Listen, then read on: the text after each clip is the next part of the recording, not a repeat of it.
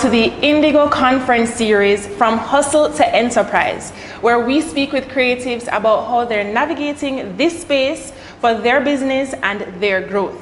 But before we get into it, we have to big up Co-work JA for this lovely space. I'm your host, Brittany Brown, and with us today is an esteemed entrepreneur and event connoisseur in Jamaica and the Caribbean. Now, when we look at brands like Xodus, Carnival, Dream Weekend, Crew Bar and Kitchen, Chillin on the Farm, and now Mint Cleaners, they just all have the right image. I'm sure you know who I'm talking about. PJ Wright. Welcome. Thank you for having me, Brittany. Now, before we start off into the real deal interview, we're gonna do some fun stuff. Would you rather? You up for that? Yeah. But then I can figure out which side I can stretch out and get more comfortable. Yes. All right, so the first one. Would you rather reverse one decision you make every day or stop time for 10 seconds every day? I take the time. I stop the time. Stop the time? Yeah. Why? Because I don't think that majority of the time I already take time to make the decisions. Yeah. So I don't think I need that part. But I would take that 10 seconds to analyze a little better. Yeah. That's all. Okay. Now, next question.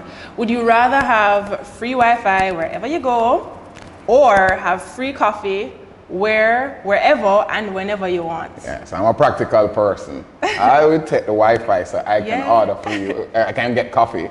So Wi-Fi would be it all the while. I like the connectivity. Okay. Yeah. Now, would you rather be able to speak all languages or speak to animals? So that would definitely be animals. Why would I want to speak? I don't like people that much. Oh God, that's with something that as in nobody does that. As in, I would want to be able to understand, even just saying that's a communication that nobody knows. And we're assuming what animals are going through, and reality is that we're all here on the same rock. More people to come to your events. I don't have that animal gate, you know. Yeah. Now, would you rather lose your keys or forget your cell phone? I feel like I know the answer to this. They have to be lose the keys. Lose the keys? Yeah, you can use a cell phone to get a locksmith. Definitely lose the keys. Lose the keys. Yeah, cell phone. Okay. Now, you're here with us today, and we know that it takes a lot out of you to just be here because you have a lot going on. Now, how do you manage all of this? I don't manage it very well, so to be honest, I think that's what this space is. This is an honest space. So, I truthfully don't manage it that well. I wish I did. But what it is that I do one thing, which is I do things that I love. Yeah. I don't get into stuff that make me feel like I'm working. And I think that is part of the formula why I think that I've done well at what I do. I've focused on the areas that I love, and I go hard at that. Yeah. So I don't feel like I am up late doing work. I'm up late creating my future. Yeah. Right? So you say you love it. So what if we were to put it in one sentence what you love? Because you have different areas you're into. You love creating. So whatever it is that creating process and seeing what the outcome is. So if I was supposed to decide that I'm going into construction, I'd love it because you're creating. Once it is that I have something that didn't exist, and then after that turn it into something that is useful and impactful to people, I'm good with it. So like I couldn't be a bank, like work in the bank. I couldn't do that. That would just drive me crazy. Yeah. Not boring. That would just drive me crazy. The same thing over and over. There's no creation. The 9 to 5 is just not you. No, the 9 to 5 is me, because as in all that I do is 9 to 5 or more. It's just that repetitive nature of a job. I can't do that part. So as I mentioned earlier, you operate very varying brands. You know, you have Chillin on the Farm, you have Crew Bar and Kitchen, Dream Weekend. Are they all under the same Right Image brand, or are they under separate umbrellas? All under different brands. As in Dream Weekend, Xodus is Dream Entertainment.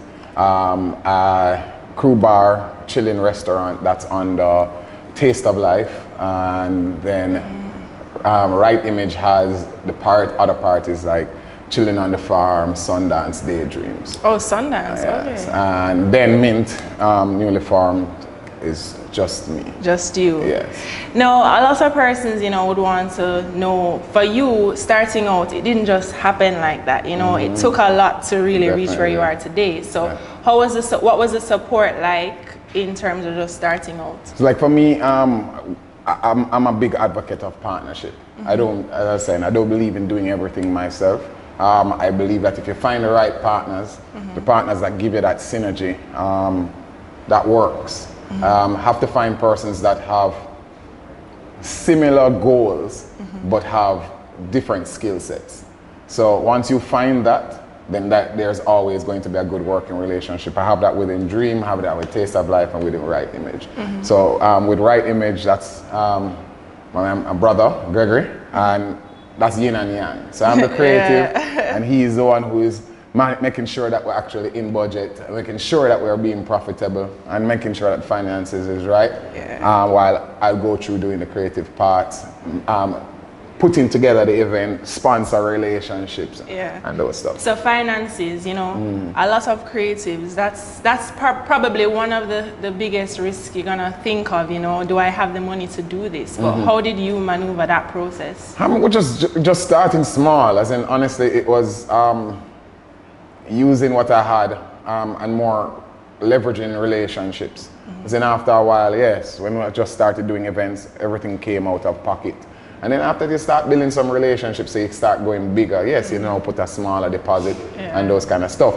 But with the events, as in once you understand that everything that you do is going to be a risk, then you understand that you don't risk what you can't lose. And with creatives overall, what I would definitely implore them to do is get a partner who is focused on that part, because that's a part of the downfall of how our creative brains work, as in we focus on the end product and sometimes not figuring out how we get to it and what happens after. So a good partner who is focused on that, but then at the same time has your back to understand that that's your way, how your brain is going to work and you're going to create, that works. Okay, so clearly you had like a driving force behind all of this. Did you have a mentor, and what really did it push you to start Right Image? Well, I didn't have a mentor for sure. I had different persons that I saw that I emulated little things from. So I didn't have one mentor. And one of the persons that I look up to is Chris Blackwell. Overall, my dream is to be in hotels and resorts. I believe that the Jamaican tourist product should be more geared towards a unique boutique experience rather than a mass. I think that, let me use an example, I think that Sandals has found a way to give a unique experience for everyone without it feeling like cookie cutter. And I love that about them, but I believe that there's a balance between the Island Outpost and the Sandals resorts, and I believe that I can put that in for Jamaica. Yeah, and I mean during this time too, a lot of people like unique experiences, even just going to an Airbnb that you know has a different side of that is like a gem in Jamaica is what they really prefer. Yes, so how do you choose your team? Because that is critical in becoming having the right events, having just the right everything. How do you choose your team? That is part that I take a lot of time with, as in I've never been quick to start a business with anybody or start a project or anything like that. I try as best as possible to know the good and bad in person. So as in sometimes it's hard to see the bad because people hide it very well, but you can see the true tenets of a person, and you can see how well you guys would work together. And that's part of what I focus on. I look and see if through the good we can make money together, and through the bad if we can weather that as well. And from I feel like that person has those values, then it's a go. It's not necessarily about if they have the money to put in it or anything like that. It's more about just making sure that they are there for the long haul. And the long haul is very important. you know, you have these brands now, they're very successful, yes. But I don't know if you're the type of person who thinks there's still more to be done. Are you in the final stages of all of these brands, or you're planning to add to it? All right, so none of the brands are in final stage, as in, for me, my final stage is resorts. So once I get to that, what I've done, so this is my thought pattern. Yeah. I went into events to create network. I'm now in food and beverage, brick and mortar, meaning restaurants and bars, so Crew Bar and Chillin restaurant, for stability and show that there is longevity to my model of not just being able to, not just throw in an event, and then lastly going into the resorts, which would put the two together, which is the entertainment part, food and beverage part, and creating an overall experience. So it's always a work in progress with them for me. So PJ, I'm really fascinated by how, you know what you're going to do. You know, the end goal is resorts. Now, is this in your head, or is it something that you write down, you know, like, okay, I'm gonna start off with Dream Weekend, then it's Chillin, then it's this, then it's that. It's no mint cleaners, but what's next, and how do you plan that? Well, it's more around having it in my head. My notes in my iPhone is full, and that's synced to my computer and to my iPad, because anytime I have any ideas, I just jot them down. But genuinely, I have it in my head. The things, the way how the dots connect, those are in the notes, but I let it play out. So the next thing now, it can be difficult to manage a business, you know, as it relates to the financial aspect and even the legal aspect. How important is it for a business owner or entrepreneur to have an accountant or even a lawyer? That's part of the things that I'd say from the beginning, from the get-go. Unless you decide that you're going to be a slave to the business, those are the things that you kind of you get those habits in from the beginning. The lawyer that will help you overall, having to do with just making sure that you're on the right track as things grow and as you make decisions. Just to know that you're within the lines of not only just legality having to do with the court, but just around what is the right process having to do with partnership, agreements and those kind of stuff. I'm not saying to you to go and look to a law firm to go and get a big lawyer to be on your side, but just at least have somebody who is there who you can bounce it off of. And as you grow with them and stuff. Because there's some of the things that just might be very simple to us. It's very simple to them to just have a conversation, and it's just definitely something up on your side. And having to do with the accountant, what I would say, that is one of the most important parts. Reason being that I think that we make a lot of mistakes, especially when making money, and not understanding the true value of what money earned is. So what we make the mistake of is that we start earning and start spending. When you have somebody else looking at your finances, it humbles you. If somebody will make you know that you don't have money, you have these liabilities. So yes, that money that you thought you had, you actually don't have it right now. And I think that is one of the things that if we all were to walk around with our bank book around our neck, I think that people would act a little different. So when you have somebody who is in your business and knowing what it is and giving you advice on what you should be doing or what you shouldn't be doing, I think it is something that will help all persons grow. So for you, you know your way how to navigate the space and stuff, but other persons, they may need an investor. And now in arts and culture, a lot of investors are going to creatives and just kind of seeing how best they can work with them. What are the advantages and disadvantages of having an investor? Advantages is that they allow you to make that step that probably you might not be at that position right now financially. Disadvantage, as in I said, that person will help you grow. They'll help you make decisions not out of emotion. It will be because they're in it as a business opportunity. They may love your craft or they may love what your vision is, but ultimately they're there as a financial beneficiary to your growth. So they will help ground you. Disadvantage. You see, if you take the wrong investor, it's the wrong road you're going on altogether, as in they'll stifle you because they will be just focused only on that and not allow you to grow within that craft.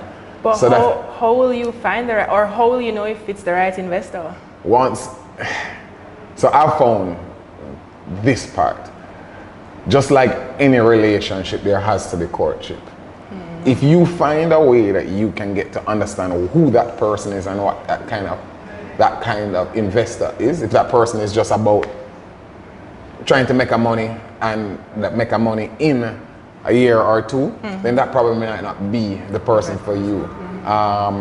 Or it may be the person for you because it's your goal is a short-term goal of that investor.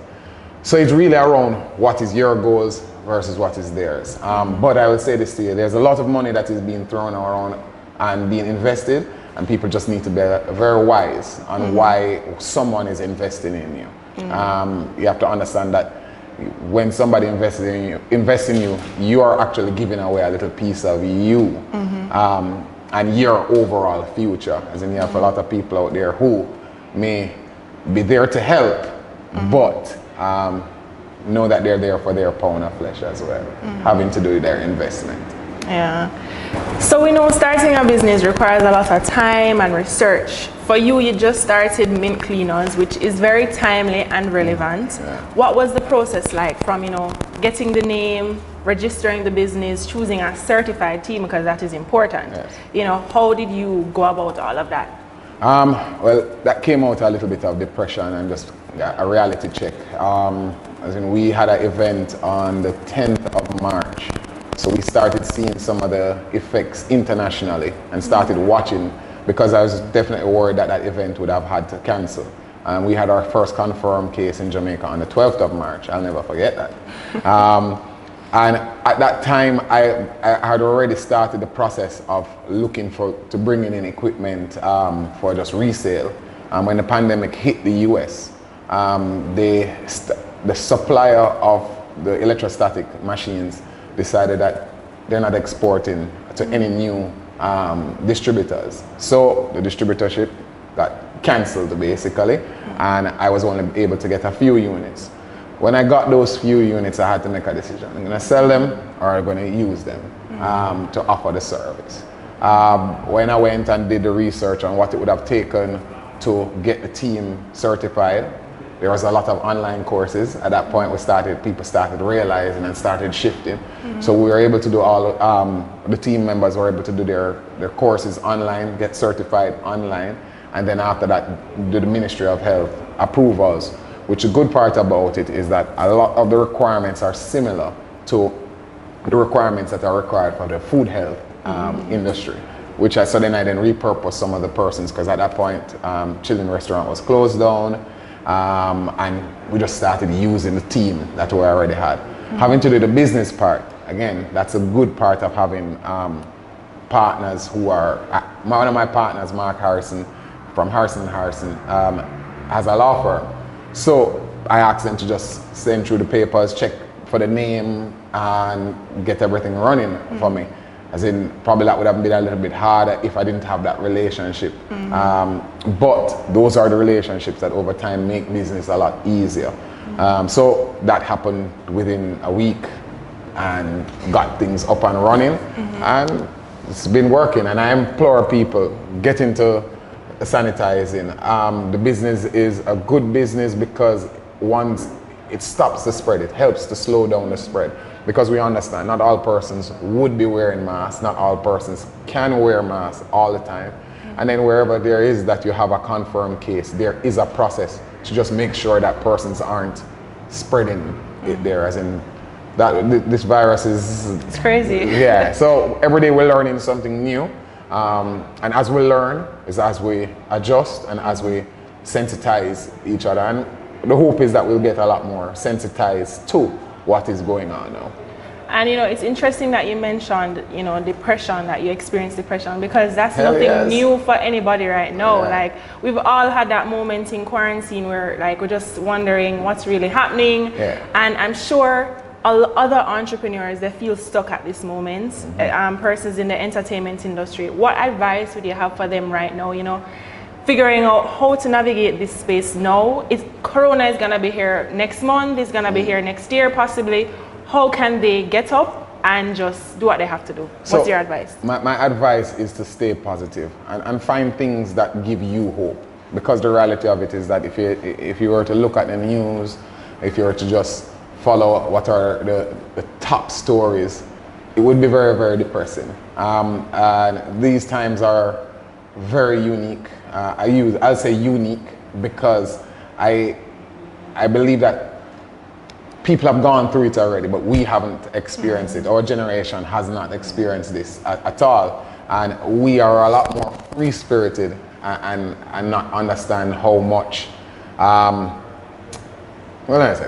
we're more free-spirited and we want to just do what we want to do when we want to do it. And that's our generational flaw. Now we have to take the time to just sit back, figure out what will be our next steps, and then take those steps. Find things that entertain you, as in I have gone into gardening and plants and those stuff because it gives me some hope. As in, I love creating events and products, but there's nothing to do. It doesn't make sense to build up the hope in that when we see that with country opening and country close and those kind of stuff. And hopefully, once people see that there is progress, that we start to get back a little bit of normalcy. But the main thing would be hope. But you seem like, you know, you get by the energy now, so, you know, just keep the brands alive. What is your strategy right now to just keeping all your brands alive during COVID-19? I'd say that there's no strategy having to do with the events part. Honestly, I'm happy that we are, as in the overall event industry, ended on a high. I'm happy that persons, their brands, including mine, are left with a positive take in people's mind. And right now, I would say, let's not do anything at all to affect that. As in, let's not keep events that are mediocre, that persons are going to be like, okay, I need to not be going out. When the time is right for us to go back out and create good events, I think that will be the time for it, not to do things that will be counterproductive. So what are your thoughts on like digital events? You know, there have been parties that, you know, well, one were thing online. That don't work for Jamaica. Jamaican people love being at a space. They love to be in that space where they interact. As in, you have to remember that having to do with Jamaica, the stage is not the star. It's the people in the party. So the man over there who dance and dance the whole night and a knocking pan, and the man who come in a suit where look like it's a costume, but him fresh to that. That is a part of our entertainment, and we live off of that energy. So it will work having to do with some things, as in the Versus worked great. I love what Sumfest did, but those events are artist driven, not necessarily location and music and vibes driven. So you will enjoy it, but I think that we have to wait our time. But I do not believe that we should be at zero. So we have to figure out a way for everybody to survive. So virtual works, but I feel that we need to find a responsible way to do it in person. And that's not just from a dream entertainment level, talking from the round robin to the fish fry, everything. We'll have to find a new way to do it. And some of the new ways too will even affect pricing. And for as far as I know, people have always been cussing about party prices, you know, like cooler fets, they may say it's a bit expensive. And even if we get out of the party space and we talk about local artists who probably sell a piece of their work, people think it's expensive. How do you go about your pricing, and what advice, you know, what advice would you give to other entrepreneurs in pricing their items? All right, so I totally disagree with that whole thought that entertainment is expensive. Entertainment should be expensive. It is a luxury. As in, and I think that is where it is that we have missed out in Jamaica. Entertainment is given too much. Entertainment, if you think about a concert, for example, you pay for where you want to sit. You don't just go and, because I came early, I'm standing at the front of the stage. You pay for that, as in, and you can choose where you want to sit. And all around the world, entertainment, music, lifestyle is about an experience.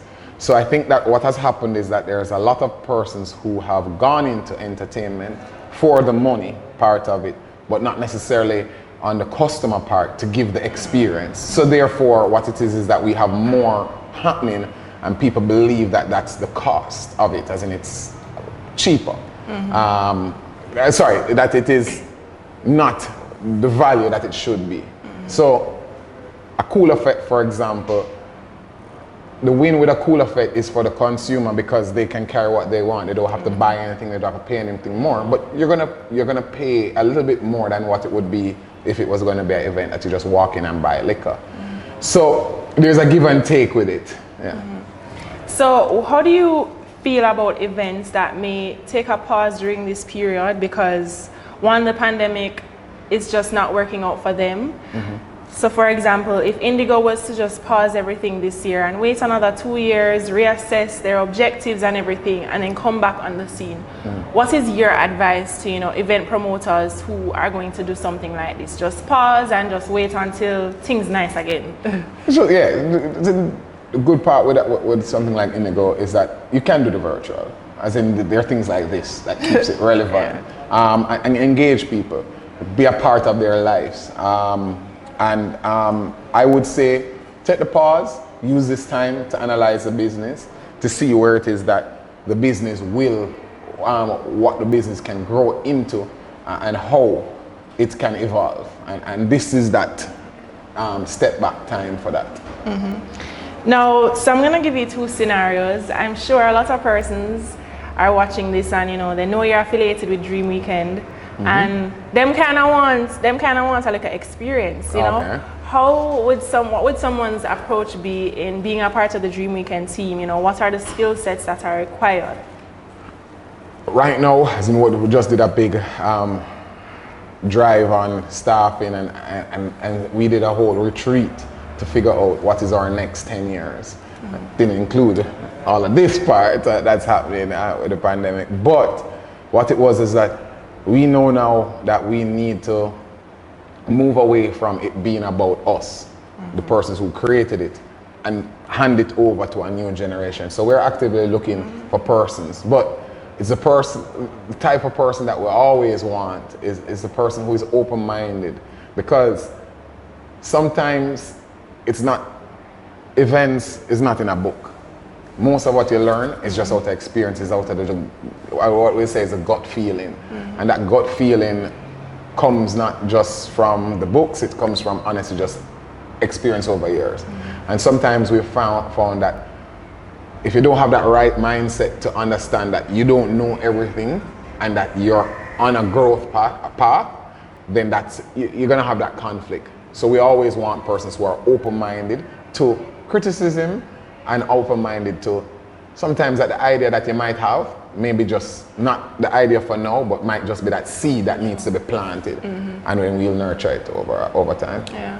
So second scenario is, I'm having an event, I want to have an event at Crew Bar, and I want you as a partner or sponsor. What would that approach be?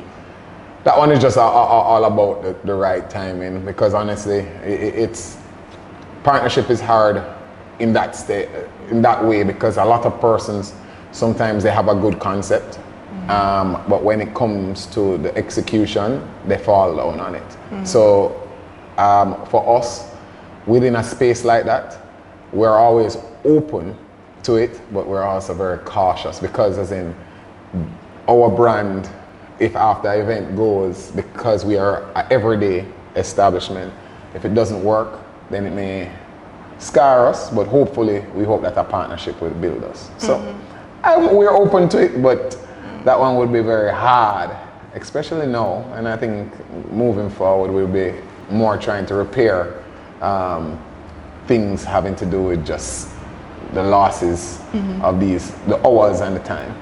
So in both scenarios, a resume is very crucial. I'm sure anybody that's coming to you right now, you're gonna ask, yeah, fine, just send me your resume. Yeah, man, just send me your resume. So what are your thoughts on headshots on resumes? You know, we're kind of changing from the simple black and white resume now to kind of adding some liveliness to it. What are your thoughts on that? Well, I don't think you need to do a full photo shoot, but I do believe that a headshot helps. What it does is it shows that you, because anyway you take it, unless it is that you're going to be behind a phone at all times, you are a part of your brand. However, we're not saying that if you need to be pretty in their mind or handsome in their mind, it just needs to be that you're a professional. And I think that a lot of times I think that's what sometimes people miss when somebody is employing. They're just really just looking to see how professional that person may be. Because as you say, the truth is that anybody can write anything on a piece of paper. And most people don't even go and check most references. So it's one of those things that in Jamaica, because we're a small island, you'll see that people ask, oh, you know this person? I hear you know this person. So those referrals help, but just put the picture at it. It can't hurt. I mean, if I was gonna look at your resume, PJ, trust me, I think I'd kind of feel away because you just have so many accomplishments. I think looking at you, maybe your biggest accomplishment would have been, you know, hosting Dream Weekend and being a director of Xodus. But maybe it's a little bit different for you. What exactly are your biggest accomplishments for your career? My biggest accomplishment, see there? Can't say. Tongue-tied? Tongue-tied, yeah. So my biggest accomplishment would be doing what I love. Honestly, as in like, I see so many people struggle with that part of it where it is that they end up doing what they think will make money. But doing what you love and then making it make you money, I think is a lot more accomplishing. And that's where mine would be. So you really have a lot of accomplishments, but you know, we're not perfect. So I'm sure you have a couple mistakes in the mix. What would you say would have been some of the bigger mistakes in your life? I must say, like, and it's something that, which I was speaking on earlier. See, having to do with finances is very important from earlier out, when you start making money, to understand money. And I think that we start understanding it a little too late. So that was definitely for me, as in, was earning, but then not doing the right things. As in good part is that after having some good partners, I got guidance and I was shown better ways of investing, and not just investing in ways that we'll be taught to go and buy stocks and those stuff, but just investing in your brand. As in, stop renting things, start buying. Stop, rent it back to the business. Those kind of things. So it is that you cut down your expenses by increasing your revenues. By cut down your expenses and increasing revenues in another business and stuff. So there are things like that I've learned, and I understand my money a lot better now. So that would be it. Now to the more laid-back side of PJ. You know, I'm sure you do stuff in your free time. What are there any particular books you're reading right now, or any podcasts you're listening to? No, I am trying to finish all TED. As in, I love TED Talks. I love I'm more a visual person, having to do with that. I will listen to audiobooks, but watch TED Talks. So visual and audio is more me. I have struggled for all of my life, so that is with a learning disability where it is I'm dyslexic. So reading doesn't necessarily as fun for me. So that's it. I love to listen to the audiobooks and I'll watch my TED Talks. And apart from that, you know, you're in the entertainment industry. You must have a couple of songs where you're just always listening to. You're like, that's your driving force. Like, you play that and, you know, brick palm brick. Yeah, right now, I just wish that Cheese and Peas, man, my brain again. Like, Tommy Lee song, man. Really? The one where I just wish that I wish that song came out like when everywhere was open. We were looking forward for Dream. What name of the song on there? Under Vibes, yes. Like that song, that song need a comeback. Like that is mine. I love hear that. Yeah. Okay. And final question. What does from hustle to enterprise mean to you?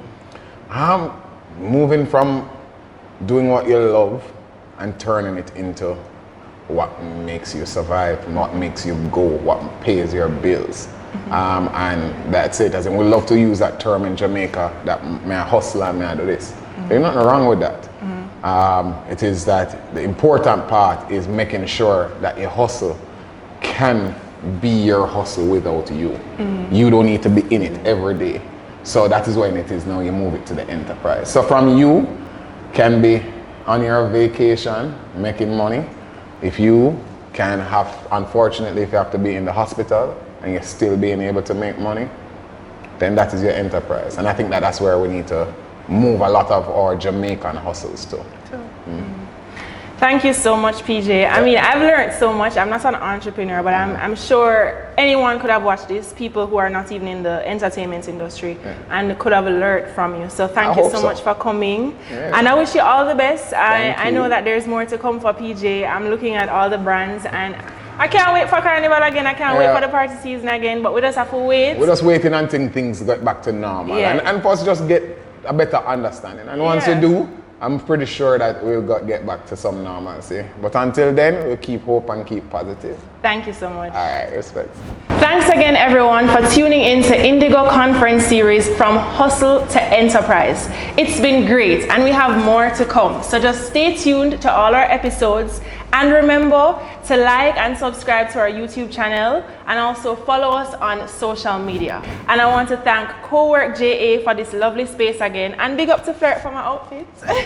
We want to big up our sponsors, Trend Media, Esterum, Cowork JA, Flirt, and Designer Studios for making this an amazing show.